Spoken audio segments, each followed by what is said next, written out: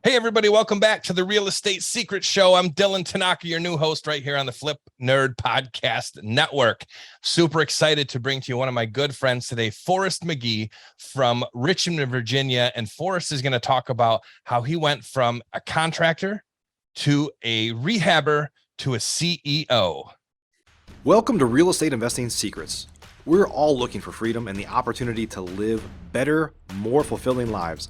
But most of us were trained our entire lives to work for someone else and chase their dreams. How can we use real estate investing as a vehicle to achieve financial freedom? My life is dedicated to answering your real estate investing questions and helping you build an investing business that allows you to change your life and the world around you, and to enable you to turn your dreams of financial freedom into a reality. My name is Mike Hambright from FlipNerd.com, and your questions get answered here on the Real Estate Investing Secrets Show. Hey, Forrest, how you doing, buddy? Good to see you today.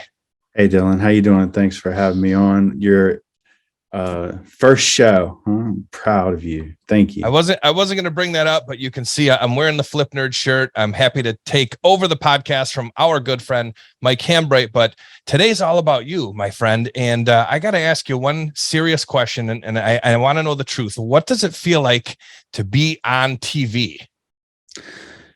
That was a little surreal. So I found a funny story. So I didn't hear any feedback from when I started doing TV commercials, and I was getting my hair cut a month ago, and I was checking out, and all of a sudden I heard my voice, and I look up and I'm on the TV commercial at the barbershop, and I was like, hey, it's me. And everybody started laughing and smiling. And then I walked out. Thought that was pretty cool. So no, that's it's super, super exciting. We'll dig a little bit deeper into that a little bit later in the show, but Sure.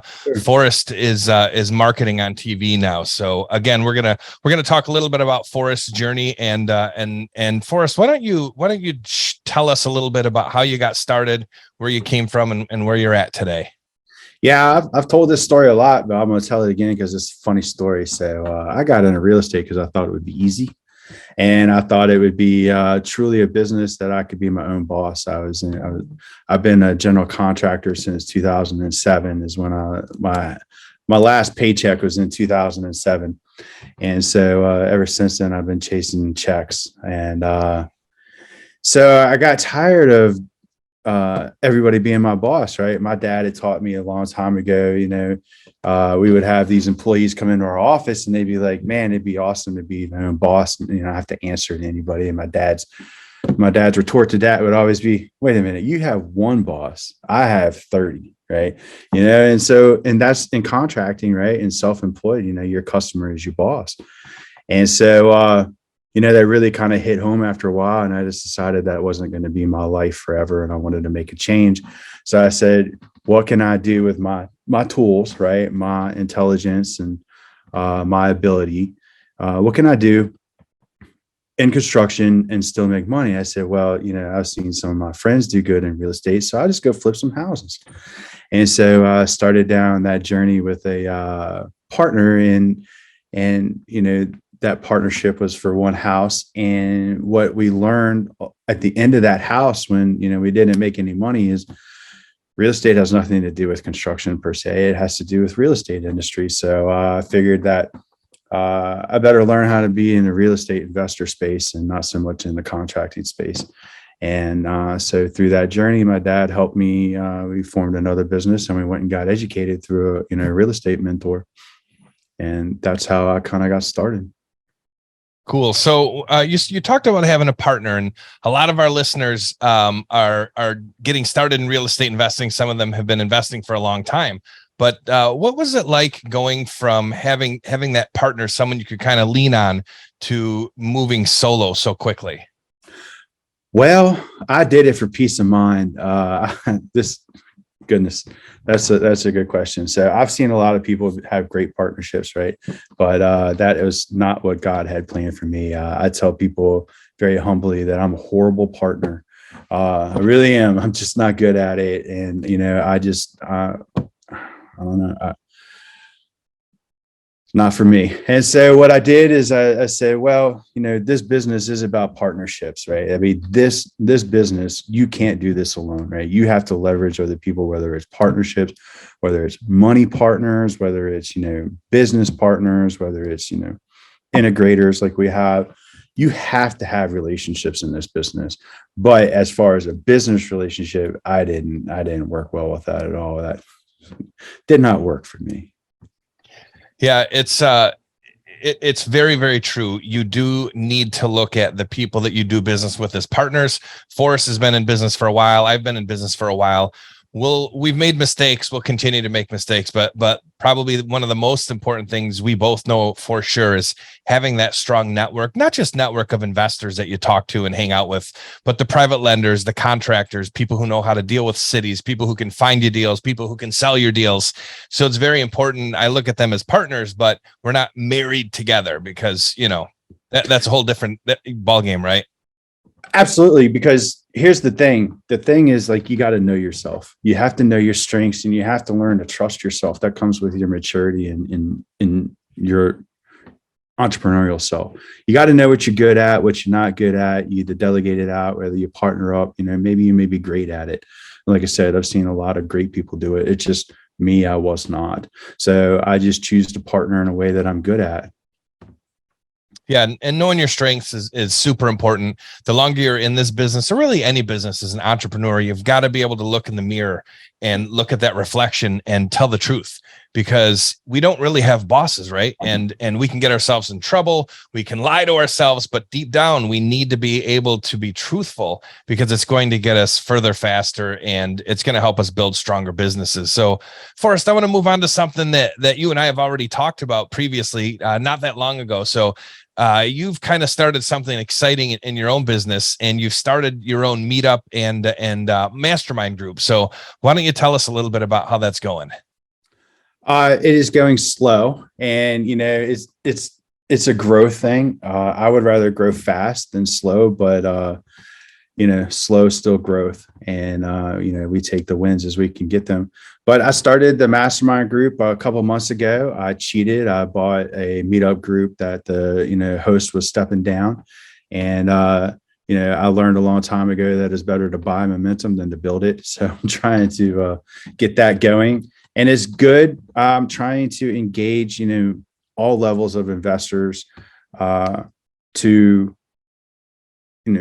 come to a group environment that's local, that is approachable, that we can all share what's working and what's not working. Especially today, we have a very dynamic market that we're going through right now. I mean, a year ago, we were only going one direction. It was dynamic up, and now we have a lot of what ifs.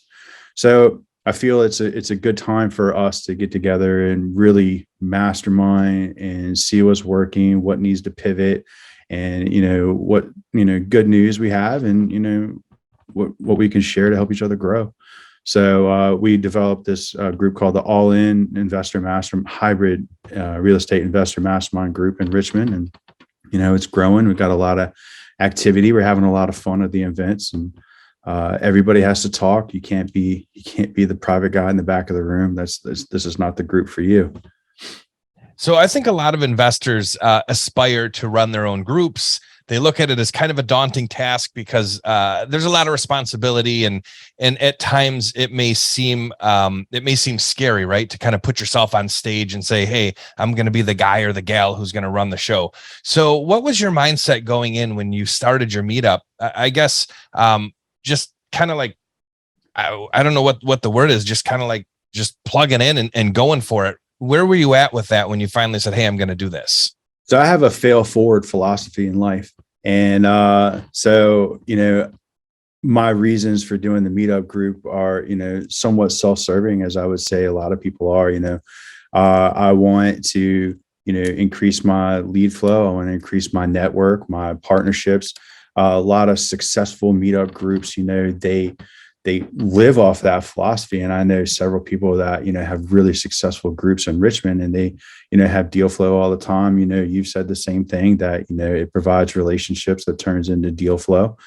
And So I want that too. I want to be, that facilitator that people look up to, and will be like, let me at least, reach out to Forrest and see what he has to say. And, the thing that I talk about at the beginning of the meetups is I don't have all the answers, but I know that, all the answers could be found in this room or the network that's, this room has. And so that's why I do it.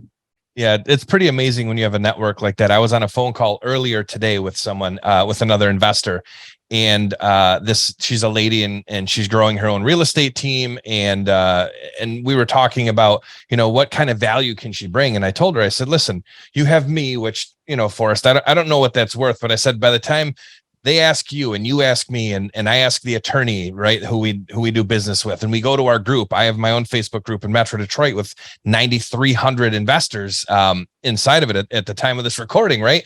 So there's somebody out there who knows the answer. And it's really funny because I think in my generation, we would seek the answers. And I think in today's generation, they kind of wait for them to fall in their hands.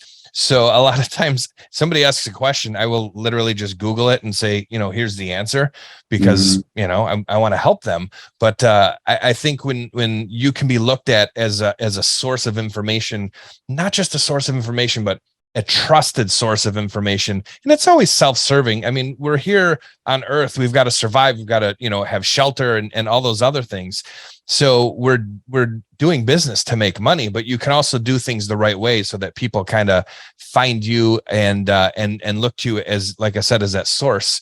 So if I'm a new guy in real estate investing and I want to go to a meetup, I guess what's the best advice that you'd give me as I come walking into the doors of your all-in hybrid mastermind meetup?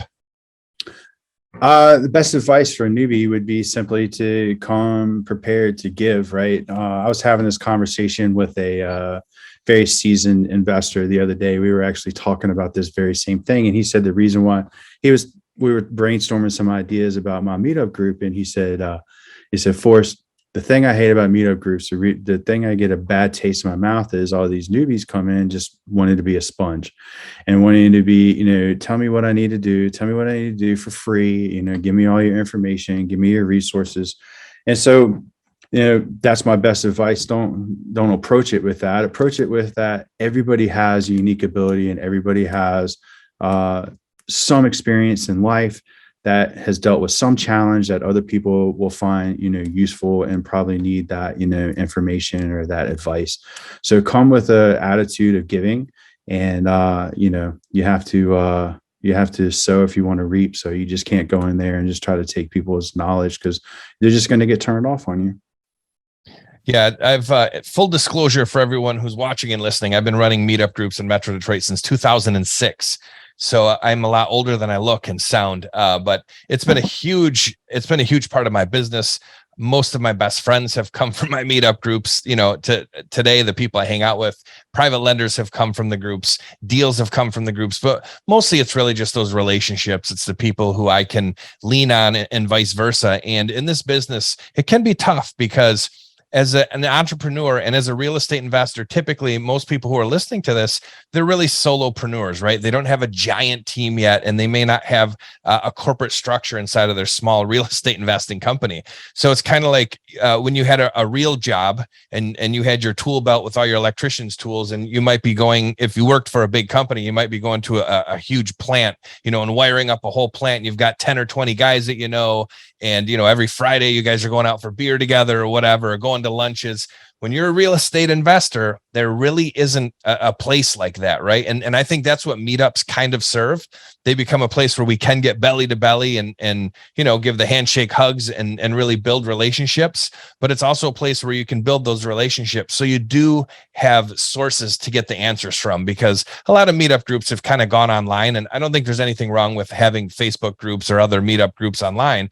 But there's absolutely nothing more powerful than being together and really building that rapport with each other. And you end up becoming friends. I was at an event just last night with about 3 or 4 people who I've been in business with or done business with for almost 20 years.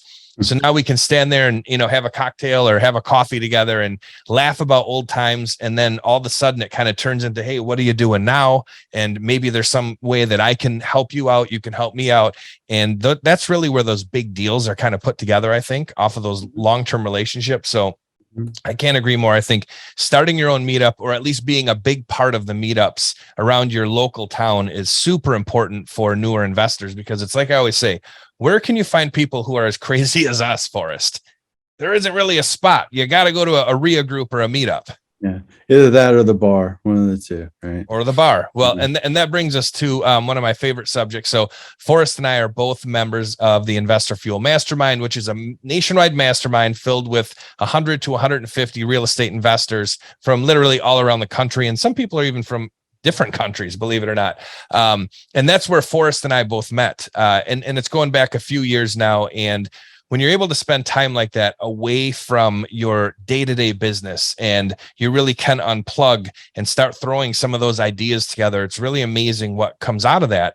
So Forrest, let me ask you, you've been a member of Investor Fuel for probably 3 years? Yeah, I'm a 3-year trophy right over there. You got your 3-year trophy. Yeah. Uh-huh. I've got my the original biggest giver trophy here. I think that's how I ended up becoming the host of the podcast. Like I said, I lost an arm wrestling match with Mike Hambright to take over. But what would you say for I wouldn't go around telling everybody that. No, I know it's not going to get me very far in the investing world.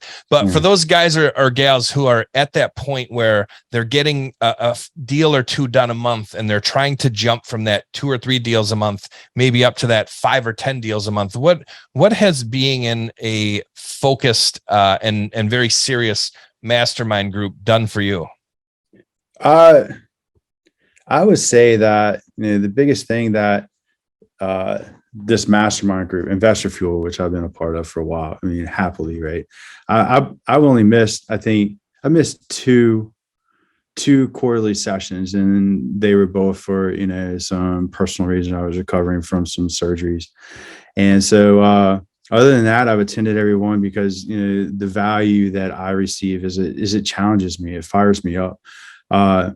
There's people who are, where I would consider, if you want to look at, if you want to look at a line of success, right, or I am, there's people behind me, and there's a lot of people in front of me, a lot of people in both directions. And so, it's my duty to, reach back and to provide information. And, it's my duty to myself to reach forward and try to be better.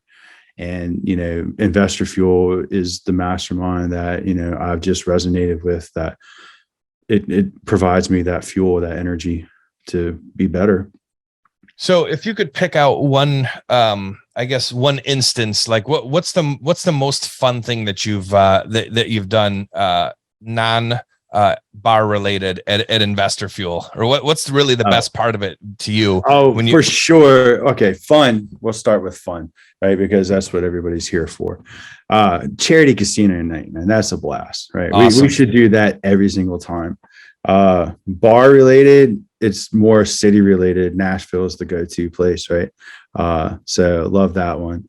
But the roundtable discussions are cool, right? The hot seats are cool. That's where you really get stretched a little bit. You get, challenged. And then, the networking is just where it's at. You don't know, you don't know who you're helping, right? You don't know who needed to hear what you had to say. You don't know who really resonated with your give, or, who can provide you help with your needs, right? You just don't know. You just show up, and, every event, right, you get closer to somebody that you weren't close with last time. Yeah, that's super true.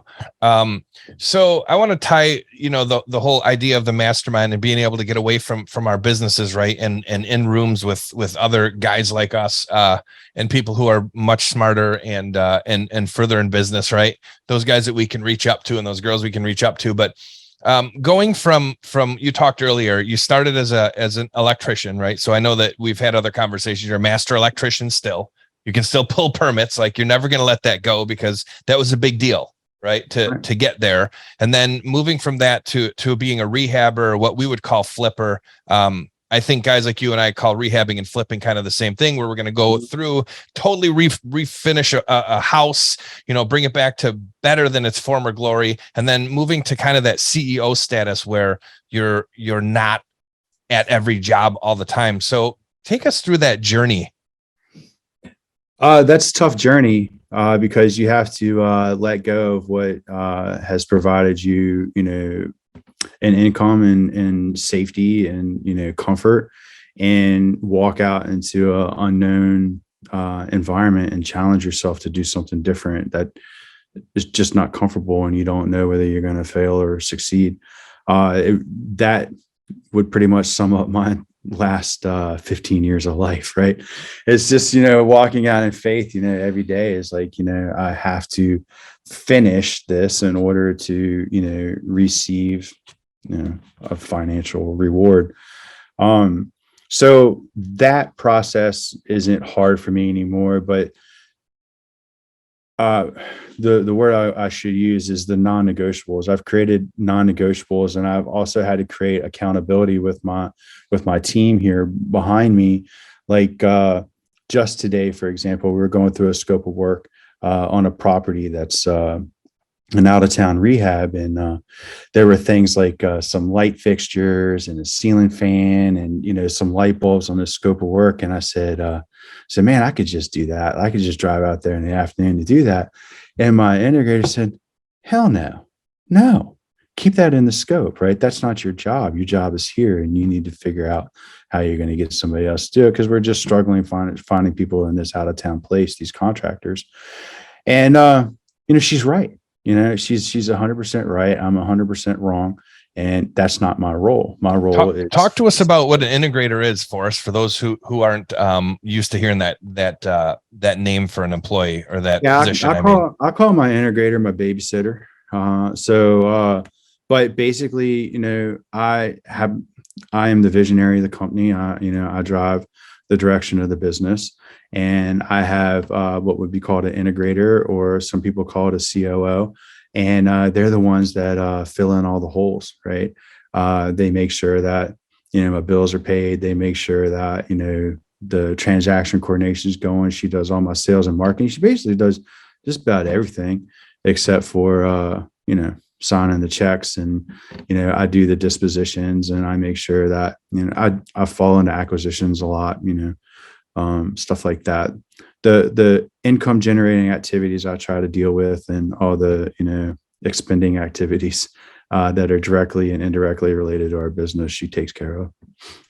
So what I was hearing you say before I kind of cut you off and asked for that definition is you went from a true contractor to more of a fix and flip guy, right?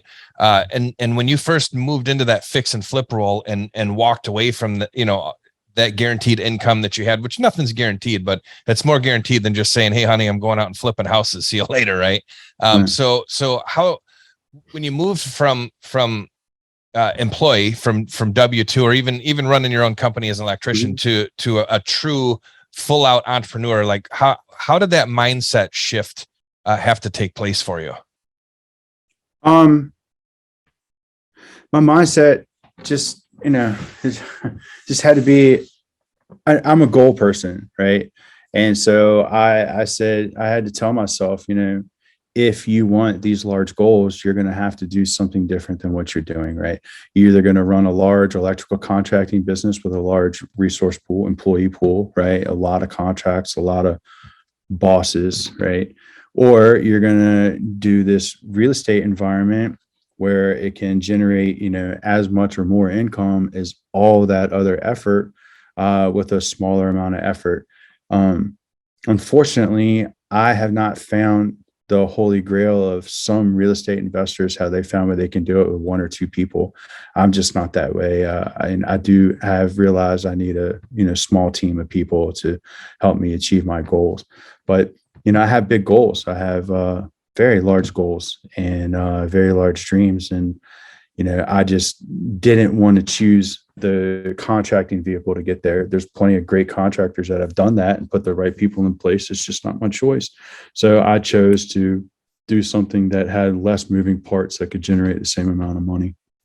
or more. Sure. And so, and when you went from being a fix and flip full-time rehabber to where you did bring in the integrator, again, COO for people who understand the normal acronyms, to you kind of being that CEO where, again, full-time entrepreneur here, right? I can screw in my own light bulb. I'm going to go run out and do that. I can't pay somebody to do that. But how did you move from there, from I get everything done and I can always make things happen, to I've got to let other people do this? Yeah. So I don't, so when I went to Carrot Camp a few years ago, Trevor talked about, success as not really being like these landing spots, right? Like in our business and in our life, he talked about how sometimes you got to get off on these small islands and enjoy the wins and the victories. And, oftentimes I lose sight of that. And, but at the end of the day, right, that transition is always in progress. You never forget where you came from, right? You never forget your ability or what comes easy to you or whatever, but you have to always try to, it's a constant process of, no, this is my role now, right? This is, yes, you can, but that's not where you're supposed to be. You're supposed to be here. And, keep reminding yourself of your goals and your vision, and always, looking through that prism of, what do I need to do today? And it's not the $25 an hour stuff. It's not the $30 an hour stuff, right? It's not even the $50 an hour stuff.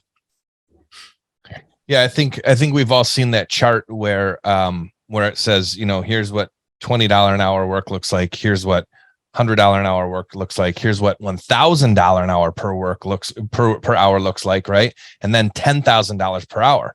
And, Forrest, I think we come from similar upbringings in certain ways, where my dad was a hardworking guy and went to work every single day and was never sick and all that stuff. And, you got to go to college and get a good job. And that was very important, to where now it's like, where we're at and where other real estate investors or entrepreneurs are, you can make $10,000 decisions, or you can even make $10,000 in an hour, or even a lot more money than that. And I think that's a big shift to get over. I had multiple partners like you did throughout my formative years here in the real estate investing business. And I think a lot of them would self-sabotage. And you brought up Trevor Mock from Carrot, who is a member of Investor Fuel with us. And, we've all coined him like our resident Yoda, because he seems to be able to like pull himself out of that, because he's built a great business, which I know is a challenge for him and is always a challenge. But what he shares with us when he comes to our events, I think that's what we're all kind of striving for, right? Is to get that inner peace, but also to say, hey, even though we can screw those light bulbs in, right? That we don't need to do that, because we're never going to get to the $10,000 decision per hour if we're doing the $10 stuff. I think that's a big mindset shift for the average investor, to kind of come to. So that's that's a really great thing that you brought up. So you've been in business. How long would you say that you've been in the real estate investing business? My first opportunity to renovate a house was in 2014. So we're 7 or 8 years. 8 years. So 8 years. Yeah. It's 8 years. 8 years. Yeah. The time flies. So if looking back at everything that you've done, the good and the bad, and sometimes the ugly, what would you have done? What's the biggest thing that you would have done differently if 2022 Forrest can go backwards to 2013 and a half Forrest before you really got started? The most important thing that I would do, if I could do it differently, is I would learn to go faster. That would be my number one thing. I have definitely allowed my mind to kill my speed, and be distracted by other activities, whether it be contracting, chasing a quicker check than a house, et cetera. Like, there's been times where I've taken a project on and put my own flips on hold, right, to handle a customer, because that's my mindset, of, customers first. And that's just how I was trained my entire life by my father. And so, speed is king, right? I mean, these people that I see sometimes, it is, it makes me, frustrated sometimes to see these people go from 0 to 100 in 2 years. Right. I'm just like, so yeah, go fast, right? Fail fast, get it over with. And, don't doubt the system, right? The system works as long as you stick to it. And, that had been my biggest challenges, is trying to overthink things, trying to overcomplicate things, and, allowing distractions to get in my way. Yeah, I think we all have those challenges. I've been in business a long time, even longer than you in this business, and I've chased a lot of squirrels. And in my ripe old age now, I'm starting to learn how to chase less. But for some of us, I mean, that's just being an entrepreneur. We want to solve problems. So if you said you need to come down here to Virginia and help me out because I got this big contracting job, and here's what I'm going to do, and here's what I'm offering you, I might even think about it, right? Because it's like, I want to go solve this problem with Forrest. But what we can learn from guys like, Mike Hambright and from guys like Trevor Mock is when you have a singular vision, or very close to a singular vision, and you set out a plan and you follow through every day, that you just get there quicker. Like you said, those guys 0 to 100, guys and girls that you and I know who are 25 years old and flipping houses in multiple states. I mean, there's so much opportunity, and it's the real estate investing world is so vast. Whether you want to be in the education space, you want to build apps, you just want to flip houses, you just want to buy rentals and hold on to them, or be like, a boring real estate agent, like some of us are. Some of us have our licenses, right? Which is just a part of it. But I think it's huge in the end to be able to kind of pull that in, right, and laser line, and that's a big thing for new entrepreneurs to listen to. Also, is figure out what you're good at. You talked about unique ability. I talk about that with every new person I meet at events, and I say somehow you've got a unique ability, whether it's talking to people. Maybe you're an introvert and you don't want to talk to people, or you're good at contracting. That's fine. Maybe that's what you should focus on in the business, and pay other guys or girls to find you the deals. But that's all very, very sage advice. So circling back to what we talked about at the very beginning, tell me what it's like now when you walk into a house. We call it acquisition. So when we try to buy houses, we don't try. When we buy houses from private sellers, it's called acquisitions in our business. So a lot of times, Forrest said earlier, he'll be the person representing his company when he walks in, but he's been on TV commercials now. So tell me what that's like when you walk in the door. So Friday last week, this is a Wednesday. Friday last week, got my first TV contract, and it was from a lady who, it was her mother's house, and went to the appointment, and set the expectations. We have a process that we follow, and set the expectations. Went through our process, and at the end of it, it's kind of funny. At the end of it, I told her, what we could do to solve her problem. And, I didn't get it out of my mouth. And she had said yes. I was like, dang. It's like, my price was too high then, right? It was like, shoot.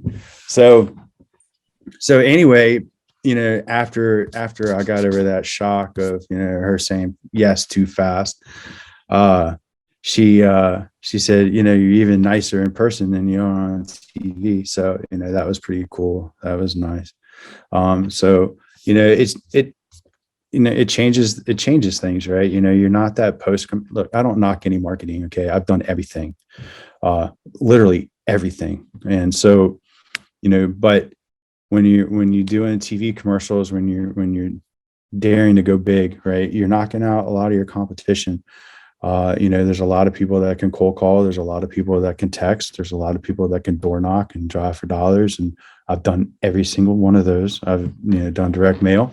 Bandit signs we've talked about, right? That's how we started. That's how we start, baby. That's how we start, right? And I've still got a stack of bandit signs in my warehouse. And, I'm like, man, I should put something on there and put them out on the street, right? But, yeah, I mean, it eliminates the competition. It puts you at the front of the pack. That's why I did it. It's not cheap, but it's done well when you have a management company, and it makes you look good and makes you look professional. That's why I'm doing it. Yeah, that's pretty awesome. So you guys know, like I said, I'm from Michigan, right? Metro Detroit. We don't see very many commercials for people trying to buy houses here.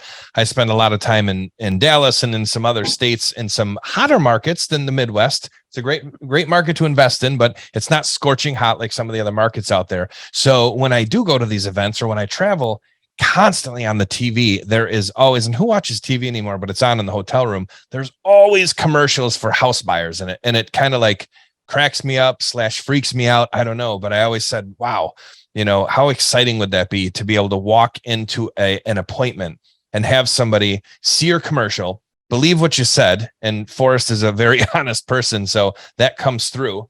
And then you sit down and, it just works. So, I mean, that's a huge testament, not just to TV marketing, but to any marketing. You got to follow through with it. And the TV doesn't sell Forrest. It's all of those parts combined. When that person's looking for his website, that prospective seller, they're going to find his website, right? It's forrestbuyshouses.com, I believe. We're going to have all those links at the bottom. We'll talk about that in a couple minutes, but that goes into it. Forrest has practiced and learned and focused on his sales training on how to buy properties, right? And how to put together win-win situations. Because if you don't do that, it's not going to work in today's market. And then also having the intestinal fortitude and, the brevity and all that other stuff to throw thousands and thousands of dollars at marketing and wait for it to come back. Sometimes it doesn't come back to us as quickly as we want it to either, but it's all those parts that combine to make a successful business. And that's the difference from going from a contractor to a house flipper / rehabber to a CEO. And really, to me, Forrest, that's what it says about you, that you've achieved that. Well, thank you. I appreciate that. Coming from you, that means a lot. Oh man, you're quite a humble man, but I know you do a lot of stuff, a lot of great stuff. So. I don't want to get too syrupy on here, but I do want to bring one more thing up before we end the show. So you talked about accountability earlier. I think that's super important, whether you're a newbie starting at A or if you're an old guy like me at Z. So maybe you can let us, the Flip Nerd Nation, hold you accountable. You talked about you have some really big goals. Do you want to share any goals with us that the next time we have you on the show, we can ask you what you've done to get closer to that big goal? Yeah. So, I'm a lifestyle guy. My goals are to be able to, help as many people as possible and excite people. Right. That's why I do this business. I do it because I can make a lot of money, as much money as I possibly have the imagination to create. But, secondly, it's like when people are crying, right, because this house is a major problem and I can solve that for them, that gives me gratification. That lets me know that I'm doing in life what, God has me here for. And that's to solve people's problem and create comfort. And so, in doing that, one of my big goals, my secret goals here is to, bring aviation to young kids. And, in order to do that, have to, create some vehicles, some aviation type vehicles in order to do the young children activities to encourage them to become pilots. My son is in Liberty University, where he's becoming an airline pilot right now. He's in training, and I just want to pass that forward. I want people to have that passion that I have and be able to create that. And so that's one of my big goals that I want to do. Man, that's awesome. Thanks for sharing that with us. You have to have a vision bigger than yourself. You don't have to, but it gives you something to shoot for, right? So if Forrest, if you lean to the left or right, you can tell us about that picture behind you on the wall. Oh yeah, so that's just a picture so my wife has a staging business, and she bought that picture one day at some store. She shops all the time. She's got the perfect woman's job ever. She shops for a living. And so she got tired of putting it in staging houses. And when we moved into this office last year, she hung it in my office as a present. Said, "Here, it's yours now." So that's awesome. Goes along with the aviation theme and your big goal for the kids. I'm so Forrest, that's awesome. So Forrest, where can all the watchers and listeners find you? What's the best place? Yeah, so I'm on Instagram. It's Forrest Buys Houses, and then we have Facebook, Forrest Buys Houses, and then my website's Forrest Buys Houses. If you're catching a theme, It's there. We have the all-in hybrid real estate mastermind group in Richmond, Virginia on Facebook. And, that's how you can find me. You just type in Forrest Buys Houses. I'm there. Perfect. And you guys who are watching the show, you're going to be able to go into the show notes, scroll down, click all of the links that Forrest just talked about are there. And if you're listening, just type in forrestbuyshouses.com or anything into Google and you're going to find Forrest. So Forrest, as always, I appreciate your time with us. You're a good friend of mine. You're an Investor Fuel member with me, and I look forward to a lot more fun and doing business together in the future. Likewise, Dylan. I appreciate our friendship very much, man. You're awesome.